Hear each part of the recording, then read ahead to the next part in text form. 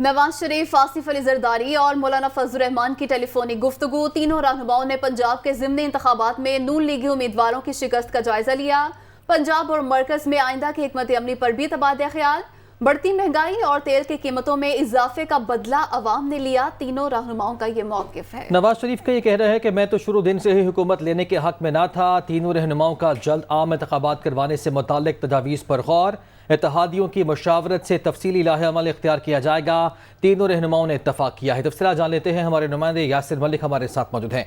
यासिर, मुख्तलिफ अमूर पर तबादला ख्याल हुआ हुकूमत के हवाले से, ये बताएगा कि कोई चीज़ फाइनल हुई आम इंतखाबात के हवाले से? देखिए, इस वक्त जो है वो पंजाब में ज़िमनी इलेक्शन जो हुआ है जिसमें तहरीक इंसाफ को फतह हुई है, इस हवाले से नवाज शरीफ, आसिफ जरदारी और मौलाना फजल रहमान के दरमियान टेलीफोनिक राब्ता हुआ है। तीनों रहनुमाओं ने पंजाब के ज़िमनी इंतखाबात में नून लीगी उम्मीदवारों की शिकस्त जो है उसका जायजा लिया है। पंजाब और मरकज में आइंदा की हिकमत अमली अब क्या होगी, इस हवाले से तबादला ख्याल किया गया है और तीनों रहनुमाओं ने ये मौक़िफ़ अपनाया है कि बढ़ती महंगाई और तेल की कीमतों में इजाफा जो किया गया था उसका बदला जो है वो अवाम ने इस ज़िमनी इलेक्शन में नून लीग और इत्तेहादी जमातों से ले लिया है।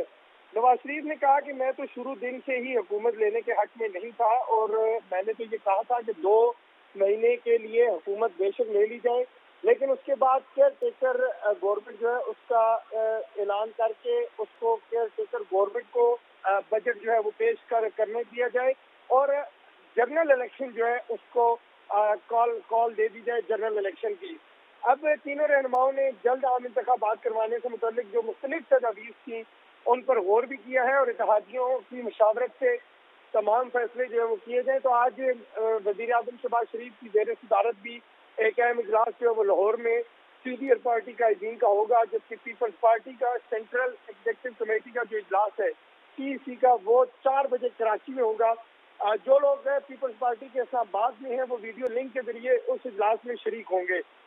इसी तरह मुस्लिम लीग नून का जो अहम मशावरती इजलास है वो लाहौर में वज़ीर आज़म शहबाज शरीफ की ज़ेर सदारत होगा और इस इजलास में भी जो सीनियर पार्टी का दीन मुस्लिम लीग नून के इस्लामाबाद में है वो वीडियो लिंक के जरिए शरीक होंगे। आइंदा के लाए अमल का जो है वो फैसला किया जाएगा, सियासी मशावरत की जाएगी।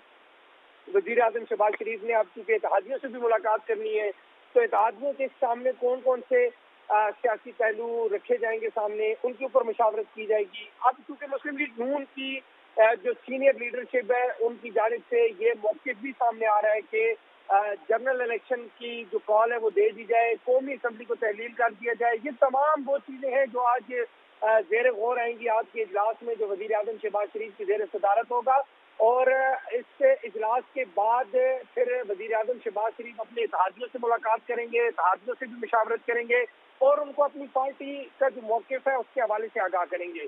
क्योंकि मौलाना फजल रहमान इस वक्त पाकिस्तान में नहीं है, वो सऊदी अरब में है, उनके भी वापस आने का इंतज़ार किया जाएगा। वो भी एक बड़ी इत्तेहादी है, हुकूमत की इत्तेहादी जमात है, उनके साथ भी मशावरत की जाएगी और मशावरत के बाद जो है वो आइंदा की हिकमत अमली पर गौर किया जाएगा और इसके साथ साथ आइंदा की हिकमत अमली क्या होनी चाहिए इस हवाले से तमाम मशावरत करने के बाद जो है वो तमाम फैसले किए जाएंगे और फिर उन फैसलों के हवाले से भी अवाम और मीडिया को आगाह किया जाएगा। जी बिल्कुल ठीक है, यानी अभी चंद रोज़ में मुलाकात मुतवक्के है इत्तेहादियों से, उसके बाद फैसला होगा। बहुत शुक्रिया आपका यासिर, आपने तफसीलन आगाह किया।